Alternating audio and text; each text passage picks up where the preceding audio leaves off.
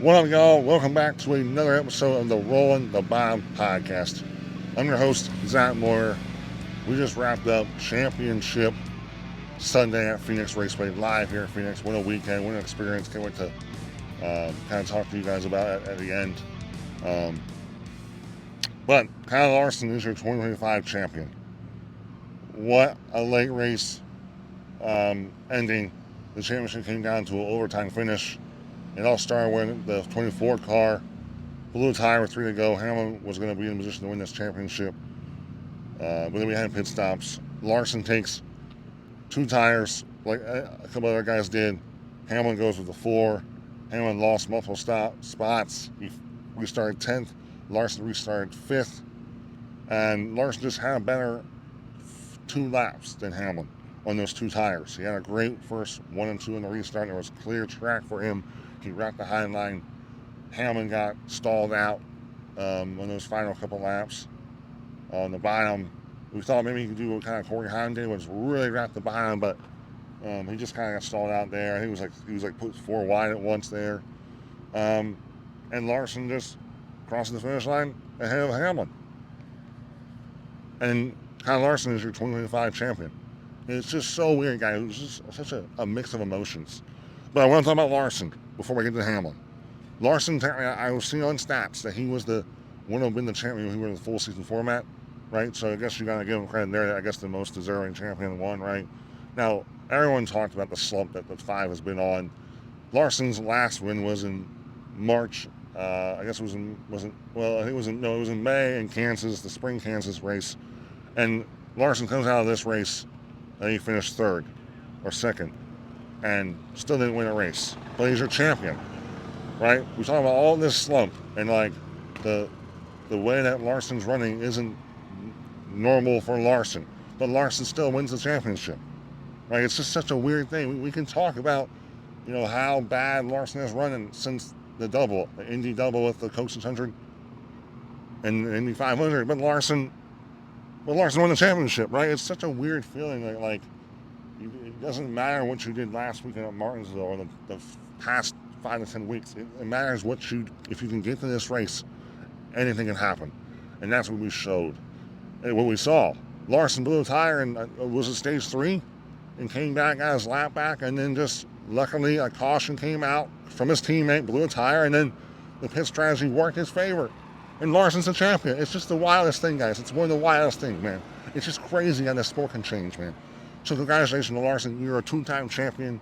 You're considered one of the best race car drivers in the world. And it's great for NASCAR that a guy like Larson got another title. It was really cool. I think it was Cooper, his youngest son, now gets to experience a championship.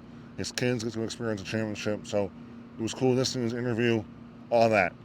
So congratulations to Kyle Larson. You're a very deserving champion. Like I did say, that Larson, I guess, if we were doing a full season points without like stage points and all that kind of stuff, Larson would have been the champion. So the most deserving guy won. But we got to talk about Hamlin, guys. It was the weirdest emotion I've ever felt as a media member or just even as a fan of the sport. I come down here with like 15 to go, right? And I'm sitting here and I'm seeing the pit crews, and I'm nervous for them because I'm like, wow, I don't even know how I could cope with myself right now. Could I even talk, right? And just lap after lap clicks down. You're like, man, hopefully there's no caution, right? You're just hoping for that Denny Hamlin, right? But you're like, there's going to be a caution, right? We barely had, after stage 3, in stage 3 we had multiple tire failures. We really didn't get much of a long run.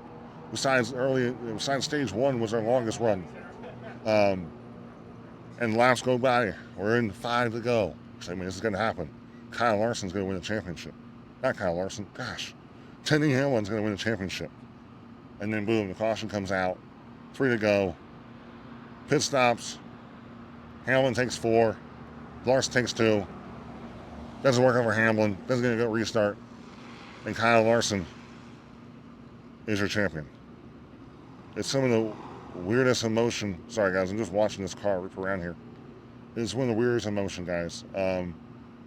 I was so depressed for Hamlin, knowing it's been 20 years of trying. He was 3 laps away. The most dominant car in this race. He said that this is his last chance for his dad to see him win a championship. He says his dad's dying. He's actually going to do it. To win this championship. He said that him winning the championship wouldn't do much for him, but he cared more about winning it for the people around him, his friends, his team, his family. And the caution comes out. And I still felt confident because winning Byron blew the tire. Right, he was probably his closest competition. But the strategy, I didn't think about 2 tires. Right, and Chris Gale says they had no regrets. They believed that the 4-tire strategy was better. You think about Hamlin was the best in the short run, and he has 4 tires.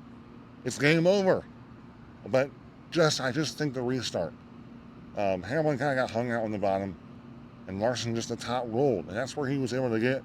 Larson was able to get a couple cars in between him. But I will say, seeing like people at Jugos Racing crying and seeing Denny get emotional, they put so much effort into this sport, and it was so sad to see, but so real. Just the real and raw emotion of literally you just lost the biggest race you'll ever run. Right? They lost a championship just like that.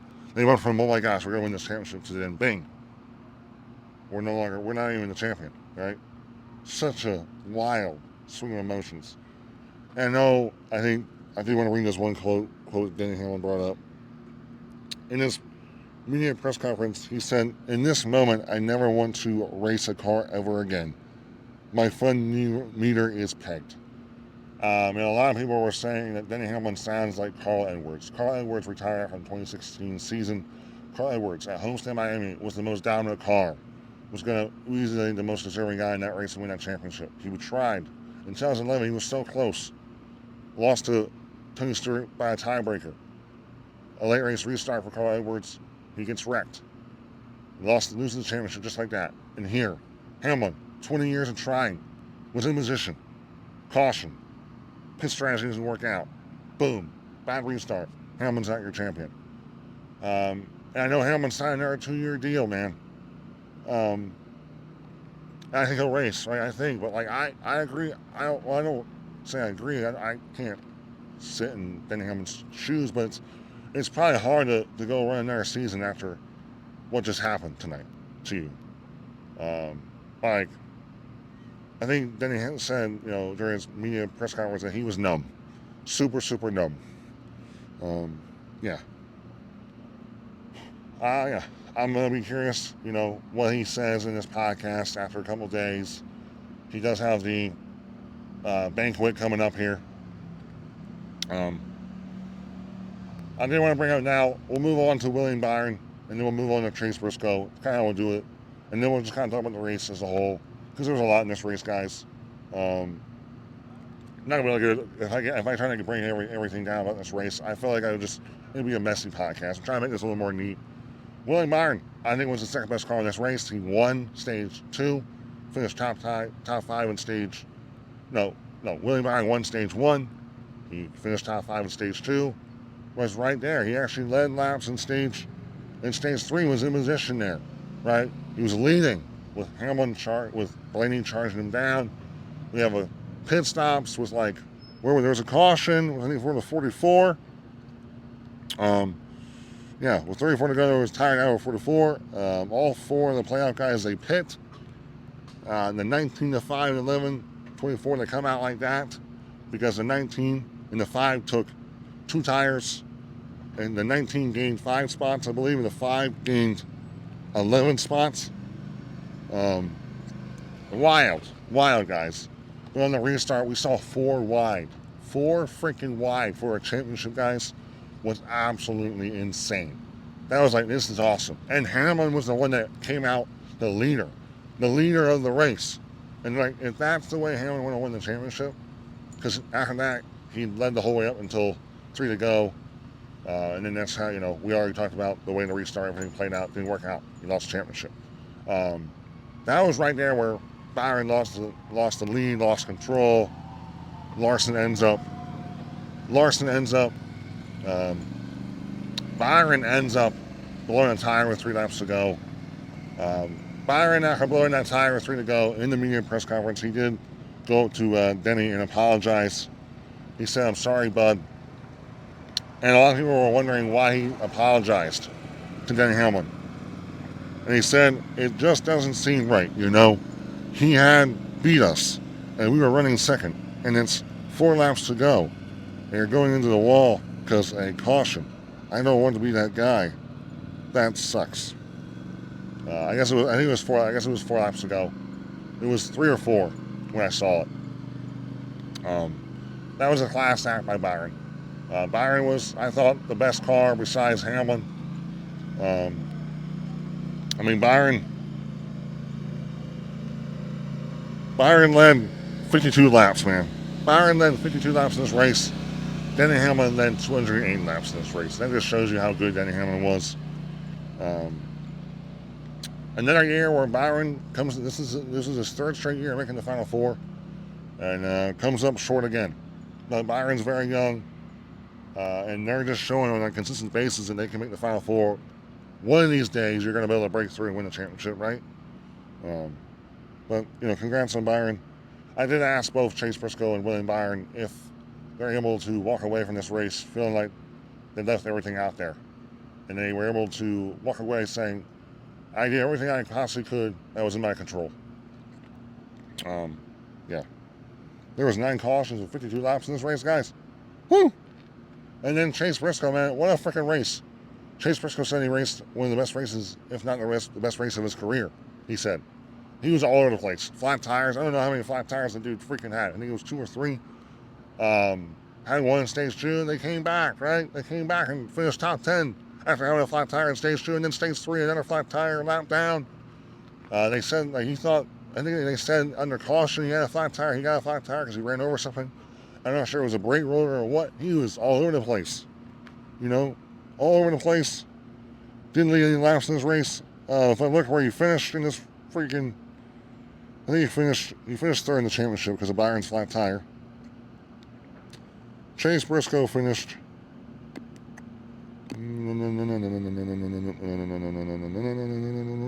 Well, Chase Briscoe finished 18th. So yeah, he didn't finish that great, but I think that was because he lost spots. I don't even know what happened, guys. This race was all over the place for me. The amount of blown tires we saw in this race. But I will say it didn't look like Chase Briscoe was the slowest car in the championship 4. But they looked like they made changes. They were up there. They were up there up front. And there was times where Chase Briscoe was running the fastest lap in the race. But just the 2-tire strategy, they made a 2-tire strategy there where we saw that 4 wide for the lead there with the championship 4. And then once Hamlin cleared them, they were kind of in no man's land with 2 tires with guys on 4. They lost spots there. But yeah, man, great effort for Chase Briscoe your first year with JGR, Bass Pro Shops. I think Briscoe's like 29, 30. Briscoe's going to have a lot of opportunities to win championships because I think he's going to fit really well with Jacobs Racing. He'll have another, he'll have another year. And then he'll really have his first off season with JGR to really, he knows the shop, he knows the people to really hone in his skills, and go and chase another one next year. There's going to be a new playoff format, all that good stuff. So that's championship 4 there, guys. The finish of this race, though, it was like a photo finish between Brad Keselowski and Ryan Blaney. Brad Keselowski stayed out there in the pit stop with old tires. They had no tires left. Looks like he literally led the final 2 laps besides the last turn. He drove in deep on the last turns 3 and 4 because he didn't want to get bumped and he didn't want Blaney to use the bumper. Well, I think that's actually what cost him because Blaney just wrapped the bottom and Keselowski didn't have the momentum on the exit, and that's what allowed Blaney to win. So some people thought Brad kind of screwed himself. But congrats to Ryan Blaney. Ryan Blaney says that a lot of people, he did get asked, is winning this race make you wish, ever, have those feelings of like, man, what if we made it to the Final Four? But Blaney was like, I think I get it. He was like, we didn't make it. We weren't good enough to make it. So that's why he doesn't feel this like, gosh, it doesn't sting us bad. Winning this race doesn't sting us bad because he felt like they weren't good enough to make the Final Four. They lost to Byron, and that's why they didn't make the Final Four. But it still tells you that Penske, as a whole, is still really freaking good at Phoenix, better than the field. But also, I would still say that Denny Hamlin might have been better than Blaney, because he was leading over Blaney. Denny would have won this race over Blaney. It just was the circumstances, the way that the pit strategy worked out. A lot of blown tires in this race, but a lot of the blown tires was because of the air pressure, being aggressive with the air pressure stuff. A lot of blown tires. I mean, freaking many cautions for blown tires. The final caution of the day was because of William Byron, who blew a tire. There were some big hits, though, for it, too. I mean, Asia Allmendinger in the 16 had a big blown tire. I don't know. I think the 44 had a blown tire, too. A lot of blown tires in this race, guys. A lot of blown tires. Scary, scary. Some stats from this championship race I want to highlight. There were 16 lane changes. Denny Hamlin led 208 laps. William Byron led 52 laps. Chase Elliott led 30 laps. Ryan Blaney led 20 laps. Brandon Keselowski led 6 laps. Chase Briscoe led 3 laps. Denny Hamlin, man, I'll just say again, probably his most dominant car he's ever had at Phoenix. I mean, 11 did everything right. And some people are going to knock Denny Hamlin for... They're going to knock Chris Gale for doing the 4-tire strategy. But it's easy to say that after the moment. Because that 4-tire strategy could have worked out. Right? What if Larson has a terrible turns 1 and 2 and doesn't get clear of a bunch of cars and doesn't have the outside to himself? Denny and Larson were side by side in turn 1. Well, Denny just, he drove it in deep in turn and kind of washed up towards the cars, and Larson had a clear lane on the outside. It just circumstanced him. A lot of luck involved, you could say, right? It's just sad I just feel terrible for Denny. I really want Denny to win this championship because the storylines, especially his dad, he brings up how he believes his dad's not going to get to see him win a championship. And I couldn't imagine what it has to feel like. And his kids were crying, guys. It's deep. It's really, really deep. I feel terrible for Denny because I don't know. You put so much into this sport and to lose the championship like that when you were the best guy in this race, best car, best team, really, even the pit stops at the end. The 4-tire stop might have been a slower stop. Maybe he could have got 1 or 2 extra spots, but man, it was cool to see Denny go up to his pit crew and hug him up, man. It's a team sport. You win and lose. And this is going to be probably the final year of this format, guys. The one-race championship. NASCAR got their Game 7 moment. I assume they're happy about it. Because, Kyle Larson won the championship. He's a 2-time champion, man. What more could you want as a sport? If you're NASCAR. But we'll see what the new playoff format's going to be. I think everyone wants a full season 36. I do. I want that too. But it sounds like it's going to be the 3-3-4. So the final round would be 4 races. So you get a bigger sample size.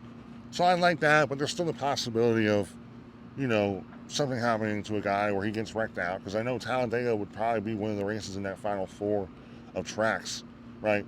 So you still, I think what I realize is that in this sport, as long as luck is heavily involved, you are always going to have the chance of having not the best guy win the championship. But Larson, I guess, had scored the most points overall this season, so he was the most deserving guy. It feels weird though. I think I saw someone tweet this.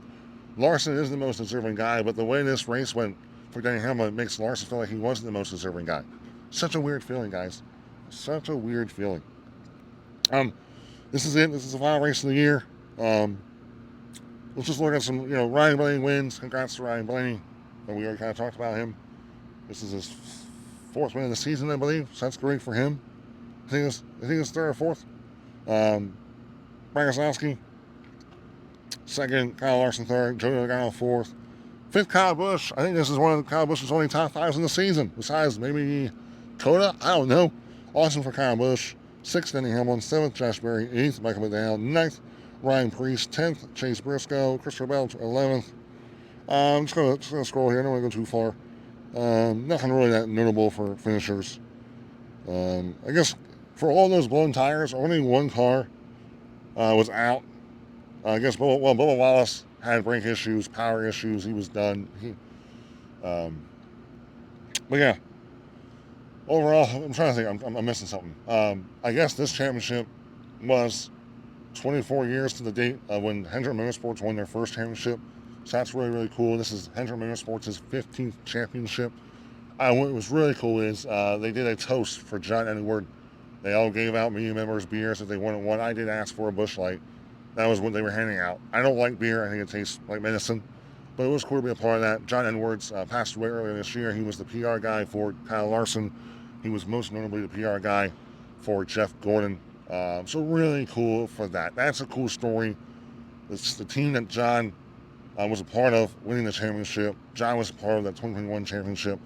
He helped mentor Kyle after, the stuff that Kyle did in 2020. John was a big part in trying to help Kyle, help him out, right? Personally. So that's really special. It was cool to be a part of that. I'm 21 years old. There's a lot of history in the sport, and I haven't really been a part of much of the history of the sport in the past 20 years, right? There's been a lot of people in that media center that have been a part of a lot of history in the sport. So it was cool to be a part of that. It was a beautiful thing. But overall, guys, this race, guys, I thought was really, really good. It made it good because you got the final four up front there, battling for the win, which made it even better. That 4 wide, where Denny came out in front, man, it was awesome. Now, the tire issues did make this race a little annoying, but I guess you can't blame Goodyear. You have to blame the teams being aggressive with the air pressures. So it killed the rhythm, but you got a lot of restarts, so restarts are always exciting. Like I said, there was 16 lead changes, 6 drivers led laps. This is going to be the final time for at least a couple of years, maybe, as the Phoenix being the championship event. This place, Phoenix is a beautiful state. This area, this facility is beautiful. It's a championship caliber facility. It's a great championship venue. The energy for this race felt like a championship race, championship vibe, man. I don't know if I'll come back here when they run the championship again. If I can afford to, I will. But I am excited for Miami next year, depending on what the format's going to be. But overall, this weekend was awesome, guys. For me, to experience the championship weekend, to ask drivers questions, to witness history was really, really cool. I'm very lucky. It's a big thanks to all of you that support me and help donate for me to get here. Really cool experience. And I can't wait for next year. It's the off season. I go back to my normal job. But I can't wait for next year. There's a lot of big stuff coming up in this off season, guys. The lawsuit is the biggest thing. Where does that go? Where does that go? Do we get a settlement before December 1st? Or do we go to trial and all heck breaks loose? We will see. But yeah, I don't know, guys. Just look at this place. Beautiful championship vibes. Cannot wait till next year. I just want to make sure I'm not forgetting anything in this race. I think I hit everything. Congrats to Kyle Larson. Congrats to Corey Heim. Congrats to Jesse Love on their championships. We'll see what the offseason brings. But a great weekend here in Phoenix. Overall, guys, thank you for the support. And I'll see you next time on the Rolling Bottom Podcast. Good night, y'all.